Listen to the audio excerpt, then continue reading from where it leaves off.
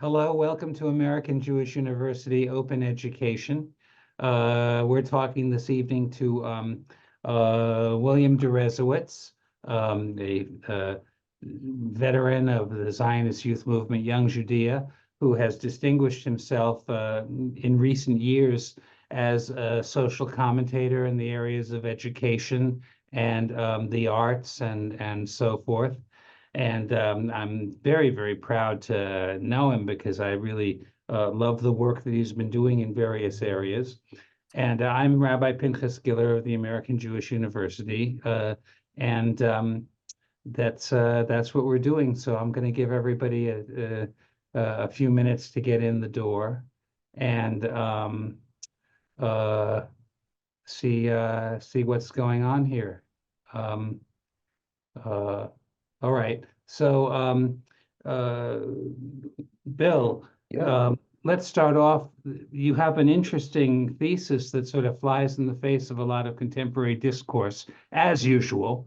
And I'd like you to state it now. It's really how you say how Zionist youth movement saved my life is what we've titled it. But Yes. Yes. maybe you want to expand on that now. Bill Deresiewicz. Yeah, sure. Thanks everybody for joining.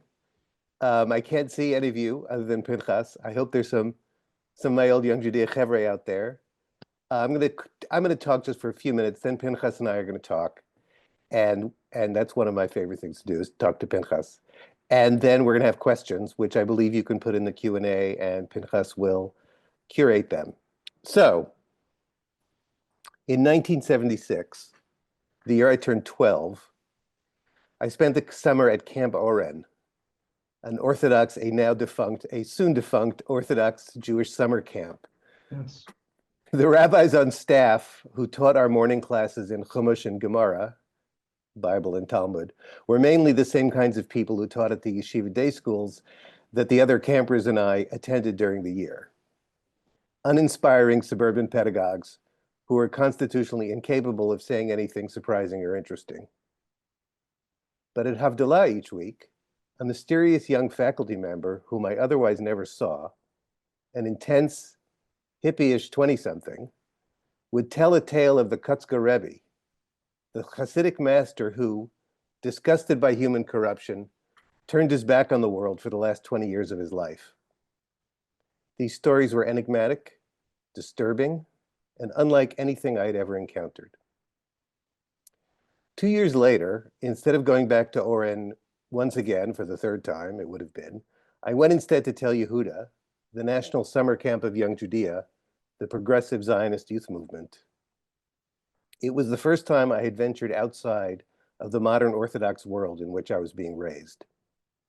When I got there, I discovered, to my confusion, that my merakez, my unit head, was none other than that same mysterious young rabbinic figure. His name was Pinchas Giller, and he is the person I am speaking with this evening. Lo, these many years later, 48 years later. That summer changed my life. For the first time, I experienced a way of being Jewish that was not primarily about rules. We had morning services, but they were creative and thoughtful, not rote. We celebrated the Sabbath, but as a day of peace and fellowship, not strictures and surveillance. There were girls, like at school, but they actually smiled at you. Instead of classes, we had structured discussions about Jewish history, Jewish identity, Jewish experience, education that felt personal and meaningful. My counselor, who was skipping college to make Aliyah to the movement's kibbutz in the Aravat Desert, was a self-professed Maoist. That summer opened many windows in my mind, and by the time I returned to Yeshiva High School that fall, I could no longer cram myself back inside the Orthodox box. I acted out constantly, lost my faith quite suddenly one day, and was finally informed that I would not be welcomed back the following year, a de facto expulsion. Young Judaea was the center of my existence from that moment, the end of 10th grade, through the year after college, the heart of adolescence and young adulthood. Nearly everything of value that I find in myself or have done in the world, I can trace to its influence. It's where I made my closest friends and had my first kiss. developed my identity, and solidified my values. It's where I learned to think about the world, to articulate my beliefs, and to debate respectfully with others.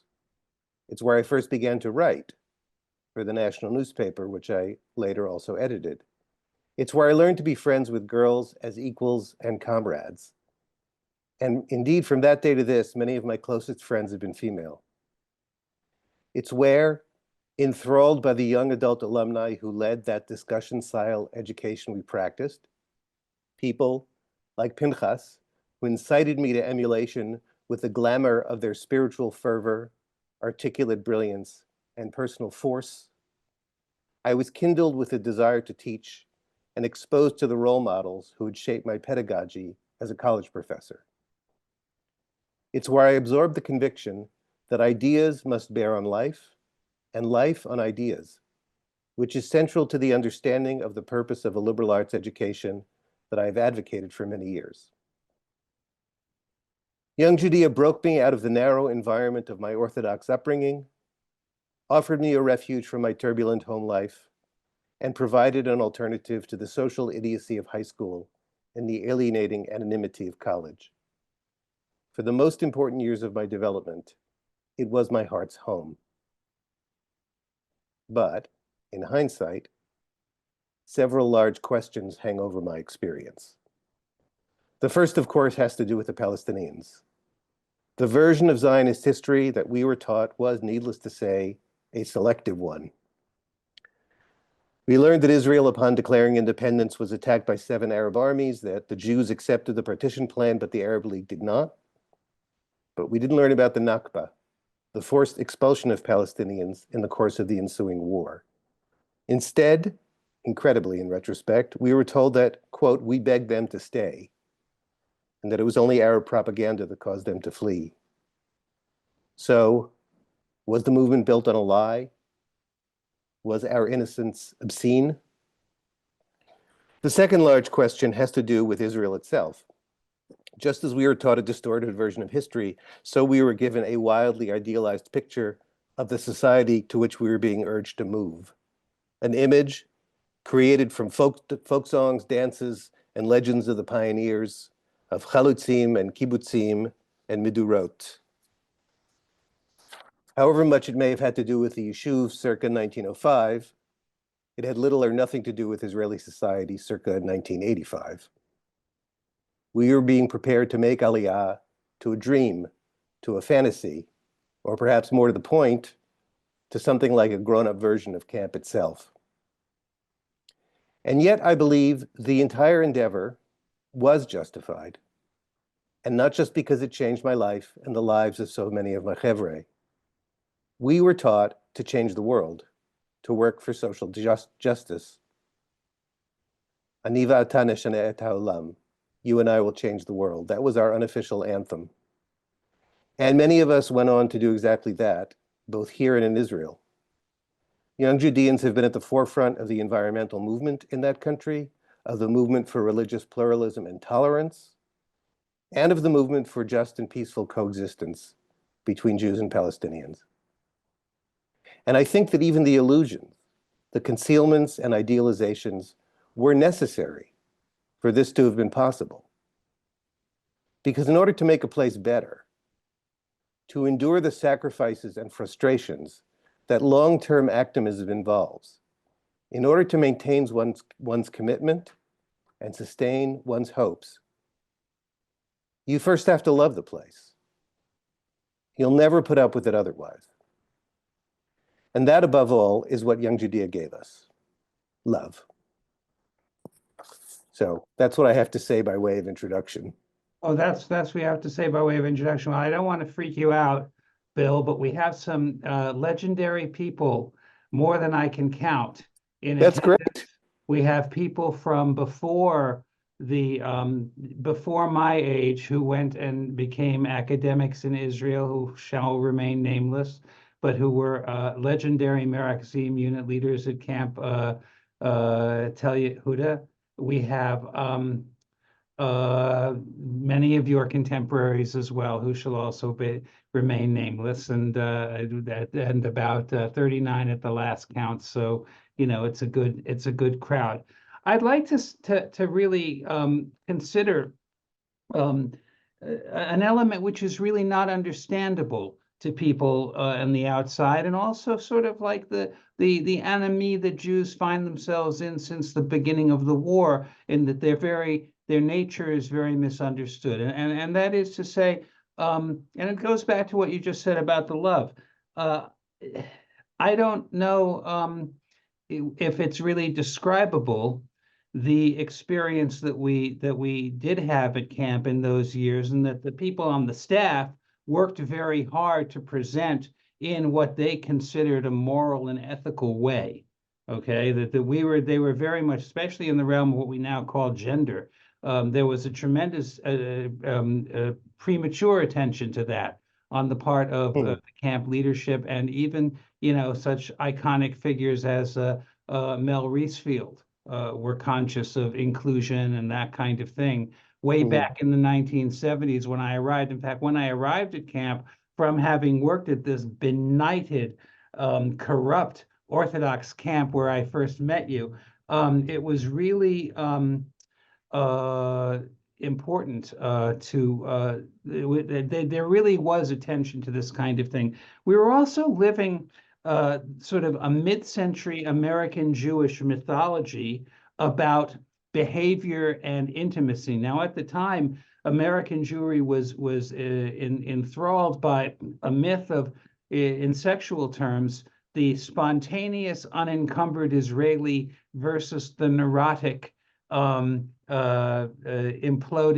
beset American Jew. And you had this in the novels Exodus and The Source, which were like the dharma of middle-class Jewish suburban life at the time. You had this in Portnoy's Complaint. You had this in the musical Milk and Honey. You had this model of spontaneity, earthiness, and intimacy being the provenance of Israelis, and Americans being awash in neuroses, that immobilized by neuroses. And we were sort of like, that was our model, and it gave over to the cultivating what we used to call chevra, that there should be this kind of social intimacy between people. And it was fostered in a very conscious way. And I believe it was the legacy of socialist Zionism, which was the behavior that we were trying to ape, essentially. We wanted to be like the cool socialist Zionist youth movements, Habonim, Hashomer, Hatzair, the serious Marxists, and that kind of thing. And that was really, so that was that quest for a kind of inclusion and intimacy and social kindness was really something beginning in the junior camps. And whatever you feel about Camp Tel Yehudah, I want to tell you that the people in the outlying areas with their junior camps that they started in from the age of 9, supported by really friendly youth commissions in the outlying areas, they were almost more intense in terms of engendering that sense of safety that really was also very much the thing in Tel Yehudah. So that's my that's what I wanted to say about that. The social safety was projected then into the whole Zionist enterprise. Yeah, there's several things there. I mean, I agree with what you've said, or most of what you've said. Actually, your sister-in-law, my good friend from Young Judaea, Susan Hendel, I remember saying just a few years ago, what she remembers especially was how kind we all were to each other. And I think that was a striking aspect of our experience, especially coming from a typical American high school, which was all about cliques and social competition. I mean, I think to a striking extent, especially as we got more and more socialized into the movement, there was strikingly little of that, that of bullying, of sort of in-groups and out-groups, and social scapegoating and all that kind of stuff. I also think, and again, just sort of coming maybe from the yeshiva world, but I think just from the general American world as you experience it, the the social comradeship that I touched on in my introduction, that you just touched on, between the genders, uh, which was also, I think, remarkable. And I think it was about learning to interact with girls, if you were a boy, in a way that wasn't and didn't have to be sexualized. Which is, I think, a tremendous revolution in consciousness and a revolution in social relations. And I agree with you that it seems to have originated for us with the early social Zionists, and maybe for them with the earlier, sort of non-Jewish socialists, like that Yeah, ethos. when I saw the film about Tolstoy, the last Metro, and I saw the encampments that he sponsored of young people in Russia, and I saw a lot of familiar stuff. They were wearing chutzot. They were wearing peasant blouses Yeah, like we yeah. affected on Friday night. They were wearing them all the time, and that was their thing, to dress that way and to behave that way. Yeah, I mean, one of the things that I think we, or at least I, need to come to terms with is that the movement has roots, first of all, in the German youth movement, which, Yes. which also went in anti-Semitic directions, and in Russian, sort of romantic Russian socialism. Well, the German youth movements, I mean, we were all enthralled with Martin Buber and carried Martin Buber's books around in our knapsacks to impress members of whatever gender we were wanted to impress. And we would, and Buber directly was the father of the Jewish summer camps in Germany and wrote about the eros of the youth movement experience and the eros of the camp. So we had a very direct line to all of that. We also, when I was in Tel Yehudah and Camp Judea, the counterculture had affected us tremendously, and we felt that we were doing our thing, to be countercultural, to be hippies and that sort of thing, to work the land in Machane Avodah and so forth. And we thought that was segueing with the general romanticism around it in the counterculture, and that was not something that they had in USY, in Ramah, or in the Nifty, the reform camps. We held ourselves apart in that regard, and in a very jealous way. So It, yeah. it's true. We were kind of positioned between the sort of the BBYO, USY, boring suburban bourgeois youth organizations. I remember we were very keen on the distinction between organization and a movement. And at the same time, we were looked down on by the so-called classical movements that were officially socialist, which we were not, Yes. Habonim, Hashomer, and so forth. But I want to underscore what you just said about the counterculture. As I receive the history of Young Judaea, maybe this isn't true, but as I recall being told the history, Young Judaea started like in 1909, but that it hadn't really become the movement that we knew substantially. Well, I mean, people would say after 67, which of course was a revolution in American Zionist consciousness. But I think also, coincidentally, what was going on was the counterculture. Yes. And this was one of the Jewish versions of the counterculture.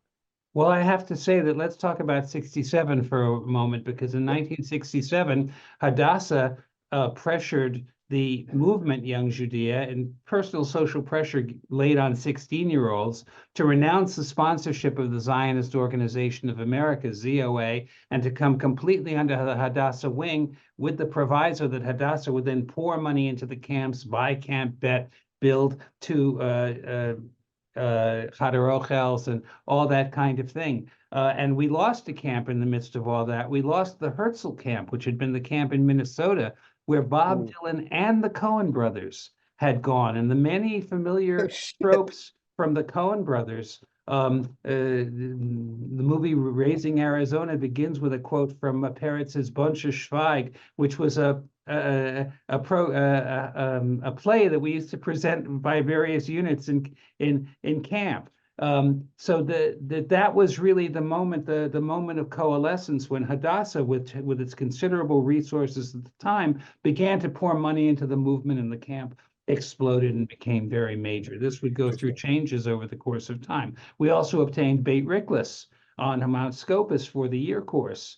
And that also sort of began a certain era where we were linked to the university and linked to the north side of town and in Jerusalem and that kind of thing. So that was a very big watershed. And surely it wasn't a coincidence that Keturah, our movement kibbutz, was founded in 73. which Yes. means it was founded by people who were in high school, I gather, Yes. at just the time you're talking about, Yes, but they received a tremendous amount of support for the first couple of years when they from were in Hadassah. New York and studying at JTS. Those were things that the Hadassah sponsorship, Right. they had deep, generous pockets at the time, and they really helped get that off the ground. But Keturah was also, I apologize, we have any Keturah people, a great acting out of the dream of the things that we were being told, in camp, you It, know. it, it was, but it also became a real place. Well, That's it still a became a real real place. place, and to this very to this very day, the Arava Institute has really distinguished itself with basically immaculate behavior in the forging of trusting bonds between Jews and Israelis and Palestinians. So Yeah. that's another big Yeah. element. I don't know if you want to circle back to some stuff that you put Go down ahead. before. Go Yeah, ahead. I mean, so there was this sort of comradeship, this kind of social equality and social amity and non-sexual intimacy between boys and girls. But uh, of course, we were also adolescents, and I'm not sure. Well, and the sexual urges of adolescents are going to complicate that. Um, I think I was gratified to hear what you said about the sort of advanced for its time feminism that you found in camp, including from Mel.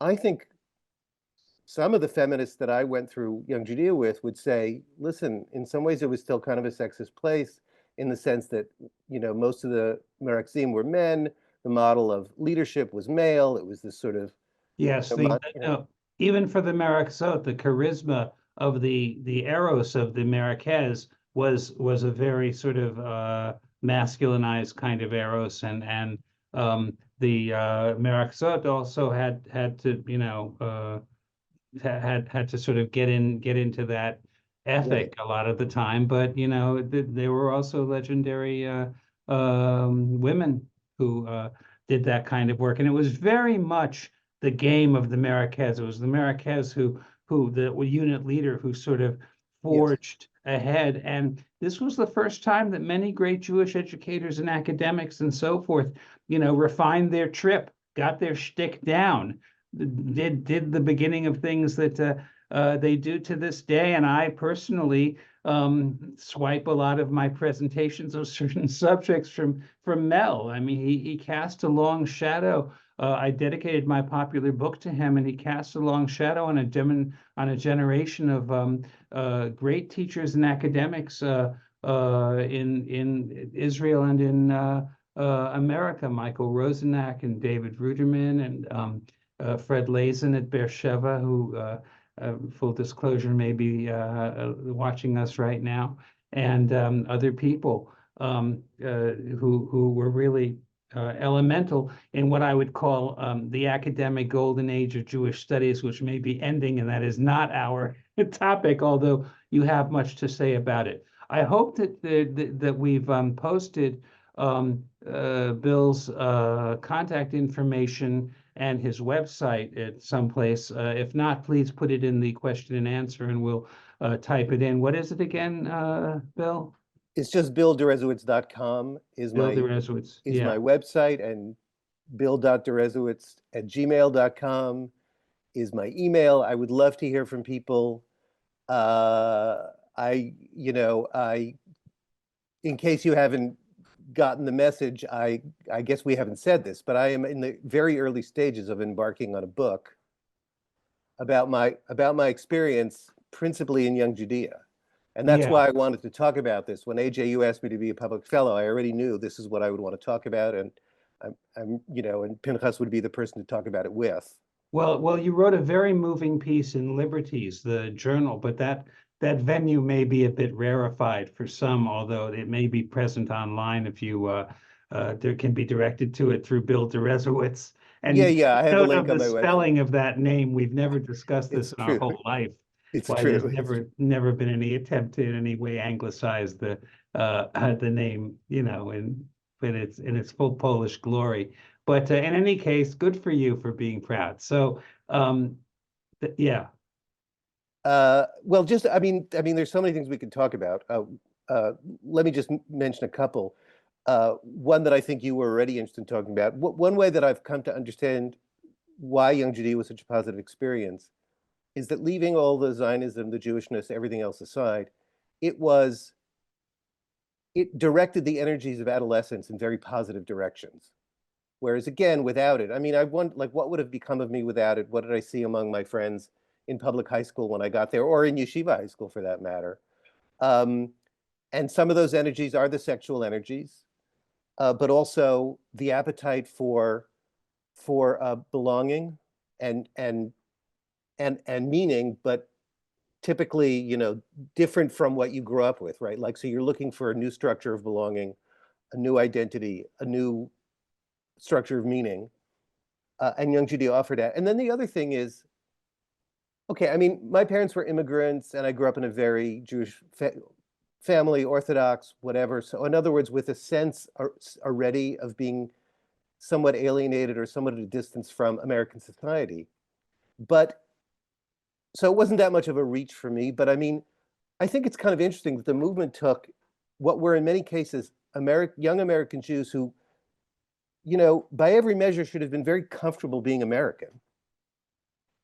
And dare I say, convince them that they should more or less jettison their American identity and their American affiliation, that their Jewish identity was much more important, that their American identity was somehow merely an accident of history. And I remember, especially when I got to public school, and my friend group immediately became a bunch of completely assimilated Jewish kids, and I was getting farther and farther into Young Judaea in 11th to 12th grade, they could not begin to understand what I was doing, what I was talking about. And I would sort of preach to them. They're like, I feel totally fine here. What's the problem? Yeah. Yeah. Well, okay. We've sort of gotten to the chat. There's a few issues with the chat.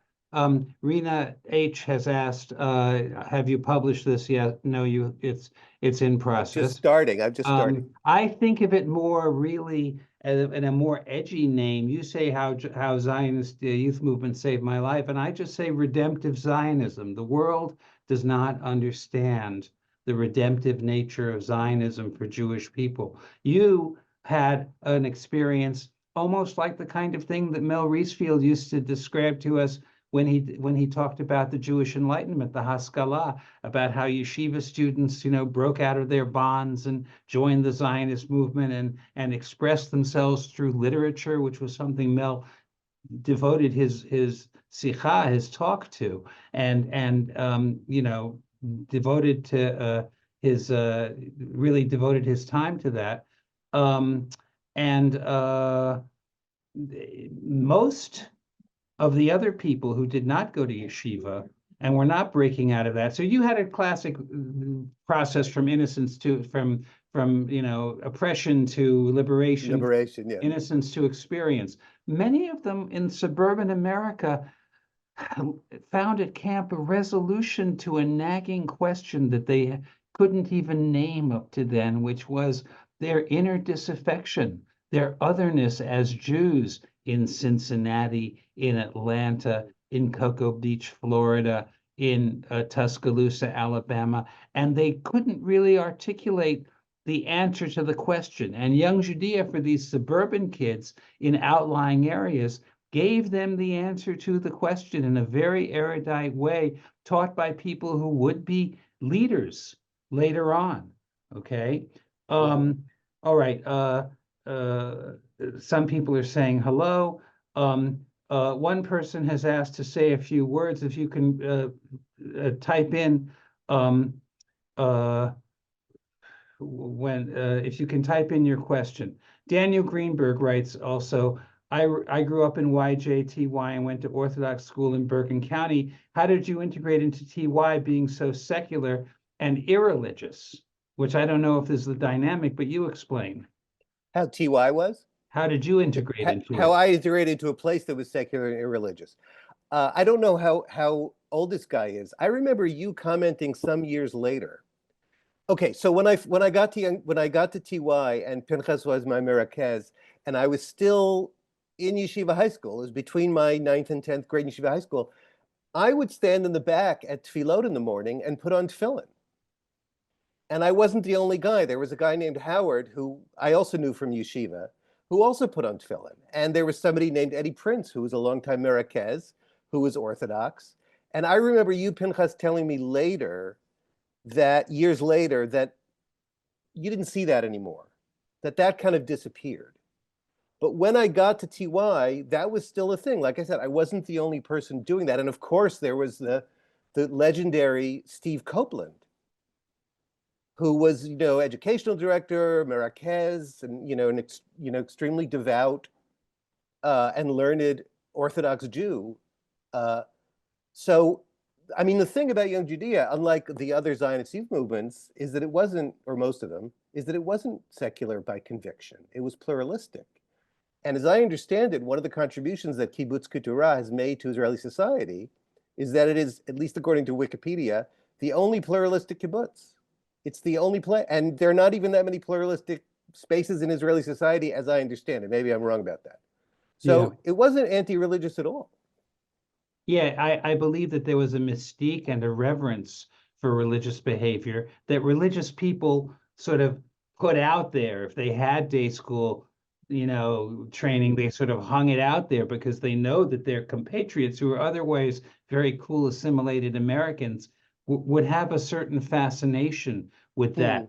In 1968, there began in the kibbutz movement, a certain set of like dati chugim, certain groups of people who were becoming religious, and that filtered to us very early on in the game. And then a certain number of people began to evolve a path out of Young Judaea into Orthodoxy. Certain Orthodox leaders in Israel, Hanan Schlesinger, who's a tremendous coexistence advocate, came out of Young Judaea, as did other figures, and there's a number of people who went on to live in settlements themselves.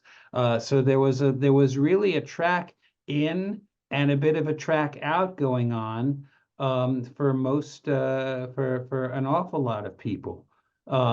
Somebody asked, they'd like to know who else is online. I can't really tell because I don't really have the full, people don't have their full names here, so I don't want to sort of get involved. I don't want to really, there are also initials and so on and so forth, but I recognize some people and some people have reached out to say hello, so I'm afraid I can't really, but maybe we'll be able to tabulate that and release it through the American Jewish University. Can I just say quickly? Yes. What I should have said before when I was saying that I was just starting to work on this book is that I plan to talk to lots of young Judeans, to record interviews. Pinchas, we're going to talk more, and I'm going to record it next time. I mean, fortunately, this is being recorded because I want, I want to hear about other people's experiences, what other people can tell me about it. I was working on a ghostwriting project for an old young Judean, and she was talking a lot. She kept talking about Young Judaea, and this is like 2 years ago. And I'm like, holy shit, somebody needs to write a book about this. And I guess that's me. Because this was a real thing. And I want to explain to the people who weren't involved in it, like, what was this thing and where did it come from and how did it come about? And also where did it go? Because certain things happened with the vicissitudes of Hadassah and the decline in contributing and the Vatikim, the veterans of the movement, taking over the financial support, and the who are some extraordinary people taking over the financial support and trying to keep it going. But there was a point where the camp had been sort of shut down, and people like Joel Rosenfeld, Joel went back to be a shaliach and really did incredible yeoman service to bring back the old program of the camp.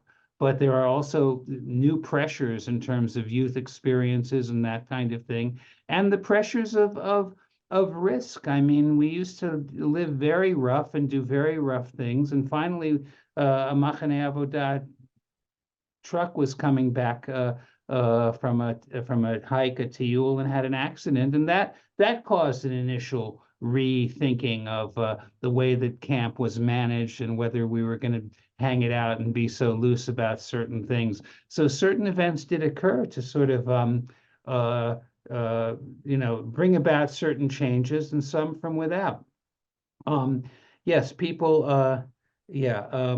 Oh, Debbie Cooker describes camp. Sharon Friedman points out that Debbie Cooker, Kenny, describes camp and Mel a bit in her book, and she has also become a quite distinguished educator. Also, in the question and answer, there's an article that people want to share with you, and I will send it along. Somebody, Rena H. says, Bill, how about a simultaneous documentary? I did some research from the 80s asking kibbutzniks what kibbutz means to them. As your agent, Bill, I'm sure that you're amenable to a film treatment, are you not? I am definitely amenable. Yes. Okay, very good. Um, uh, yeah. So let's talk about the romanticization and Palestine and issues like that, because definitely the script was written for camp by Leon Uris. Basically, it was written by the average person who bought into Exodus and the source, and Cast a Giant Shadow, which was a canonical work when we had public screenings of Cast a Giant Shadow, a film about Colonel David Marcus from a very liminal period, 1966, immediately before the Six-Day War. So it was the last Hollywood treatment of classical Zionism in a pre-67 context. And we used to show that publicly with its depiction of the Battle of Latrun, where Mel Reesfield's wife served. And it was a film deeply absurd, but was projected by as gospel truth at the time. So I mean, it was late 20th century suburban Judaism with all of its suburban Zionism with all of its, potential delusions, if you want to, address that. I have to also, yeah. Yes. I mean, I would hardly be the first person to point out. I think it was actually, I heard Steve Copeland say this many, many years ago, that, American Judaism was almost entirely vicarious. Mm-hmm. Authenticity was always somewhere else. It was in Israel, it was in the old country. And there, and this was the sort of the post-war formation of American Judaism. So the old neighborhoods had been left behind long ago, and it was now synagogue-centered Judaism, family-centered Judaism, Reform and conservative Judaism. And this is also, of course, one of the big things that pushed people into Young Judaea. We talk about the Jewish counterculture, but the culture that it was counter to, I think, was in the first instance this culture of post-war suburban American Judaism. Right. There were other forms, as I suggested, there were other forms of Jewish counterculture breaking out in the 60s and 70s, like the Chavurah movement. Yes. Yeah. Yes, which also had a sort of an almost toxic self-importance and a great and it came out of Camp Ramah actually, and lives on today in the seminary at the Hebrew College in Boston and that kind of thing, and in the Jewish renewal movement elements of it. But it also had a tremendous, us against them relationship to the Jewish establishment, which is, very, very much the same way that Gen Z and some millennials portray themselves today. Undoubtedly, but this comes with the territory. I mean, Yes. it's forgivable, and I would say, from the reading of American Jewish history that I've been doing lately for this book, I'm sure you understand this 1,000 times better than I, that these movements really irrigated American Judaism in a way that was not only necessary, but that's had lasting significance. Yes. And I see it, and it's an evolution that continues. And it's, yeah, go ahead. No, anyone who thinks, as I did for a long time, that American Judaism is just boring Reform and conservative Judaism, and then the Orthodox, which, their own trip, that's picture's been out of date for a long time. And the seeds of this, a lot of this were sown at the time we're talking about. Yes. we also have to really talk about, I mean, this is not a popular thing to say, but we were in the midst of the grandchildren of Ellis Island Jews, basically, and the Ellis Island, immigration to America, which was one of the most striking galuyot, the most striking, diaspora experiences. Just thinking in music, Carole King, Barbra Streisand, Bob Dylan, Leonard Cohen, Paul Simon, Lou Reed. Nobody said at the time, these cultural icons, oh, that Jewish artist. And they were all products of the Ellis Island Aliyah. And let's talk bad about somebody. Unlike the post-war immigration from Europe and elsewhere, where people brought, the burdens of the Shoah and all that kind of thing. We were heirs to a positivistic point of view of people who had pushed push carts, and their sons had fought in World War II, and then they conquered the suburbs, and then they had us. Right, right. I So mean, I'm so glad you just did that little riff, because when you said it to me a few months ago, like, really brought a lot of things into focus. You could add the American Jewish novelists, Roth, Bellow. You could add the New York intellectuals, who grew yes, up, between the wars, and had this tremendous self-confidence and this tremendous sense of inheriting American culture by hook, forcing their way into American culture. yes, And with a tremendous sense, no, I'm going to say entitlement, but no sense of shame. Now, right. the next generation, I mean, not that many of them had survivor parents or even refugee parents like my father. So I'm not sure that explains the kind of contraction of, and the upsurge of the neuroses and the loss of self-confidence and the increase of self-consciousness. Yeah. Maybe that was more about growing up in the suburbs. Maybe that was more about, this is another piece of it, right? Is sort of the post-melting pot, which Well, people will always point to Roots, right? The TV show Roots. All of a sudden, it becomes about a different thing. yes, yes. I mean, there are many things to gauge here. The decline of Shlichut, the rise of Menachem Begin. When you went to camp, the last shlichim the last Israeli emissaries who had gotten this as a kind of plum based on their long service to the labor movement, they were winding up their tenure and they were running scared. A whole bunch of them were, a new generation was about to come in who were not part of their gutter.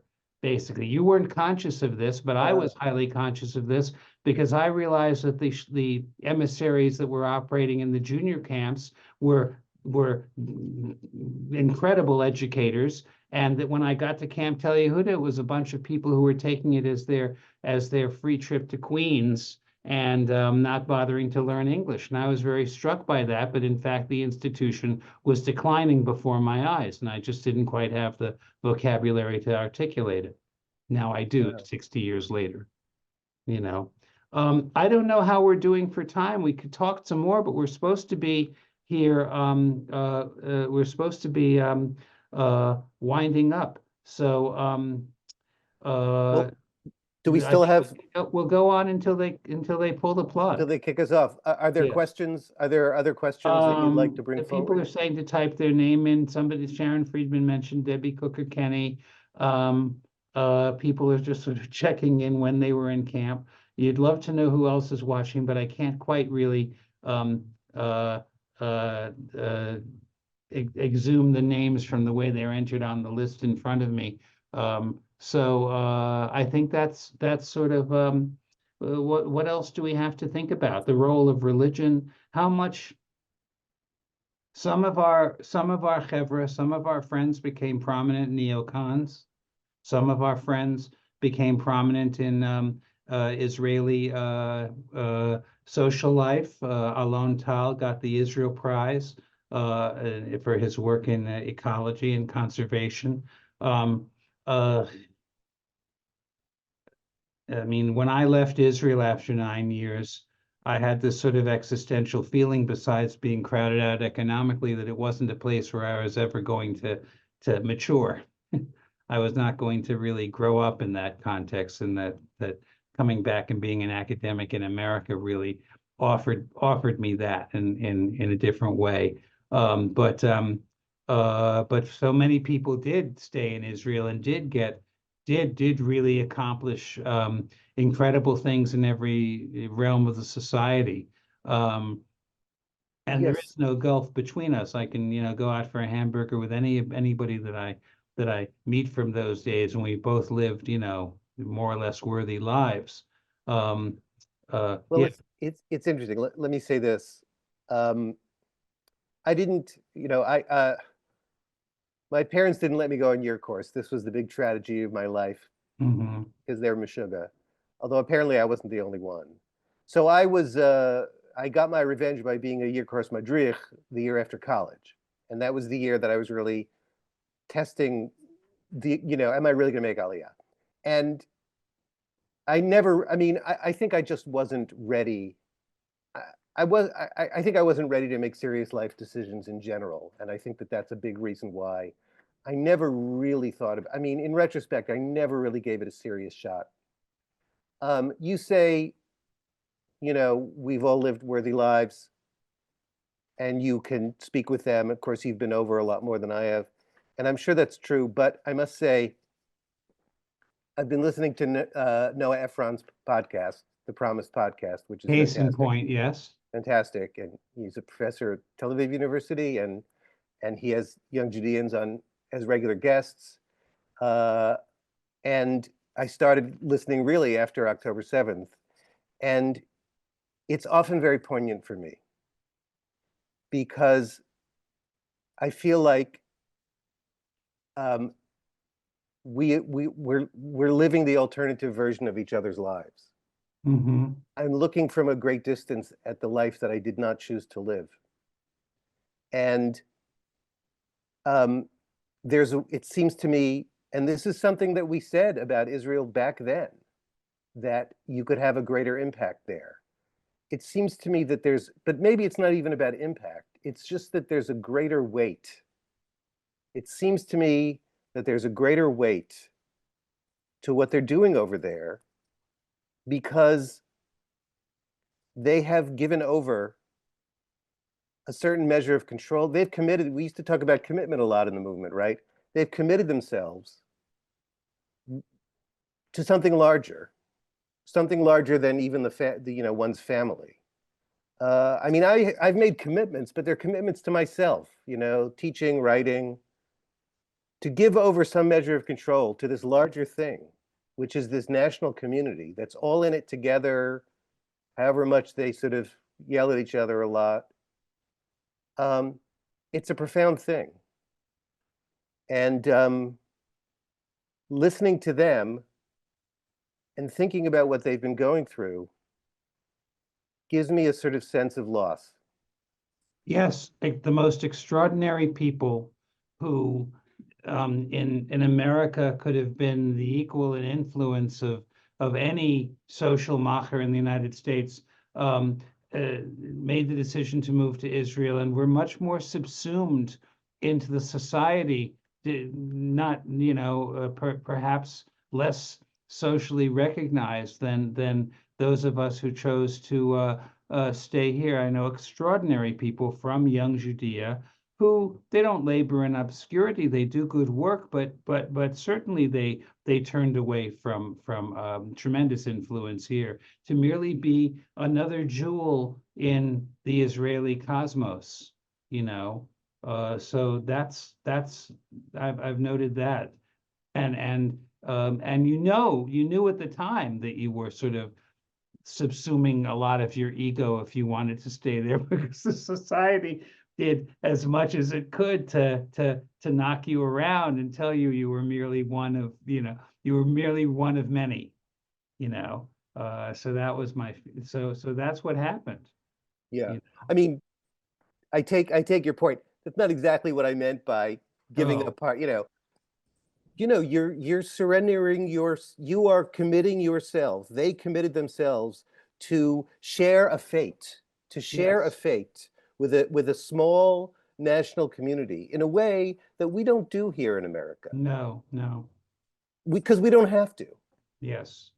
And Yes. that's a profound thing. Even though the life here and the upsurge of anti-Semitism and so on and so forth has presented us with a lot of conundra to consider that we didn't really expect, to have. Well, that's for sure. Yeah, That's for sure. and the options available to our kids are, not the ones that we would have necessarily expected, and that kind of thing. So let me just see if we, no, the participants seem pretty steady in that regard, but they haven't They haven't started bailing. they haven't started bailing much, but they are not really putting in anymore. What would you like to say to wrap up, Bill? May I just say that before you take me up on that, I've been very impressed with your work. You know this. I've uncovered in my own work as an academic a progressive malaise that I could have told you was coming in the higher education system in this country. I've uncovered basically a nascent caste system socially that has come to the fore just now in this last election, but you almost began to predict it in your book, Excellent Sheep, about the students in the upper class, the elite universities. What you described some years ago in your first writings about this has come to fruition completely in almost a prophetic way, and there's a spotlight. But a spotlight without a lot of analysis on this kind of malaise in American society. And we have to really, so that's been very important. Your work on the support for the arts in American society and the crisis of the arts is also, very compelling. Your initial article in Liberties, the journal, on this, which I hope you make available on your website, was very strong in that regard. What's the social problem to which this is opposed, this memoir is opposed in your mind? Well, I'm not sure there is one. I mean, I try to, I want each of my books to be a different in kind, not just in topic from the previous ones, if only to keep things as interesting as possible for myself. And so memoir, I mean, my idea is to write a memoir that's framed historically. Like I said, like, where did this thing come from? And as much a big a frame as I can manage, as I'll touch on in a second. And then also, framed with other people's, or informed by other people's voices and experiences. It almost feels like the topic has been thrust on me. Like I said, like I suddenly realized, like, holy shit, how have I not done this already? How have I not thought to do this already? Actually, for a long time, I felt like I would write a book about my modern Orthodox childhood.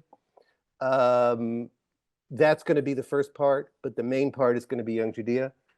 I sent in the very, very most preliminary version of the proposal for this book to my agent on October 4th, 2023. So then it very quickly became something quite different. Mm-hmm. I absolutely think that October 7th was certainly an upheaval in my Jewish consciousness. The event was compared, and I think in many people's, the event has been compared to the Yom Kippur War for obvious reasons. I think a counterintuitive analogy is the Six-Day War. Mm-hmm. Because that was also a revolution in the consciousness of diaspora Jews. Obviously, Yes. This is very different. It made me realize that I was still part of it, and it was still part of me in ways that I had walked away from. Which that piece in Liberties, which I am proud of, Leon called it Birthrights. That was written a few years ago, and in that one I say, after I left Zionism and decided not to make Aliyah, I just kind of walked away from Judaism, and too bad if nobody likes the kind of Jew I've become, which is really not much of a Jew at all, except that I'm Jewish and I have consciousness. And that's where the proposal ended on October 4th. It's not where it ended now. Yes. So there's this new relationship. to me, the biggest frame, and maybe this is grandiose, is that it's the Jew in modernity. It's how how have we responded to this upheaval in our national life, and a whole array of responses, reform, conservatism, Zionism, Bundism, assimilationism. Orthodoxy itself does not acquire a name until there's something called reform. Neither does ultra-Orthodoxy until there's orthodoxy. And I think we've continued to work out the implications of the Jewish fall into modernity ever since. And I think some of the key assumptions that we've come to have about our place now was upended on October 7th. Yes. Yes. I think that's really true. I think we've all really learned the perennial nature of anti-Semitism and the morphing, mutating quality of anti-Semitism, which was something that we were told in Young Judaea, and we may have forgotten it, but it's come back to bite us on the tuchus, and it's definitely happening. So I think that's really that's the lesson that we're all still in the process of learning. I have to tell you also that as much as there were disaffected kids in Young Judaea from Middle America in the 1970s and 80s, now there are still disaffected Jews in the hinterlands, people who are intermarried, people who are patrilineal, people who are in very, would say informally rather disaffected circumstances, but they're out there having elemental kinds of Jewish experiences and asking me questions about them. So there is still a lot going on out there in the American wild that we really have to represent to, and we really have to speak to. Very much so, and I think that I hope that your work, when it comes out, really helps in the process of sorting it out for the next generation, and it reinforces the renewal of Young Judaea, which is happening all the time as we speak by movement veterans who are shouldering an enormous burden financially and structurally in keeping the institution alive while other institutions fold and fall. So I hope that this re-understanding keeps on going. I just have to tell you that the people in the question and answer, Anita O'Brien Pildis says hello, Scott Struman says hello, Sharon Friedman says hello. Sharon Friedman mentions Debbie Cooker, Daniel Greenberg, Randy Kessler from Southern Region, Young Judea. This is all going to happen, and I hope we have forums where we can all share this. And I'd like to do this again. And I hope you eventually hit the road with this and gather the tribes, Bill. Absolutely. I think that's what we have to do. Absolutely. Okay, I want to thank everybody. I want to also refer you to BillDeresiewicz.com. In one post I answered with the William Deresiewicz there it is, formerly Twitter station, so you can at least be reminded how to spell Bill's name from that. Okay, and it's not too early to wish everybody, all the chevra here, Shabbat Shalom, and so many names on the list that I think I know who they are, or there's a remez, there's a hint of who they are, but I didn't want to make a commitment. But thank you all for coming, and kol hakavod, Laila Tov. Thank you, Pinchas. Thank you, AJU. Thanks everyone for coming.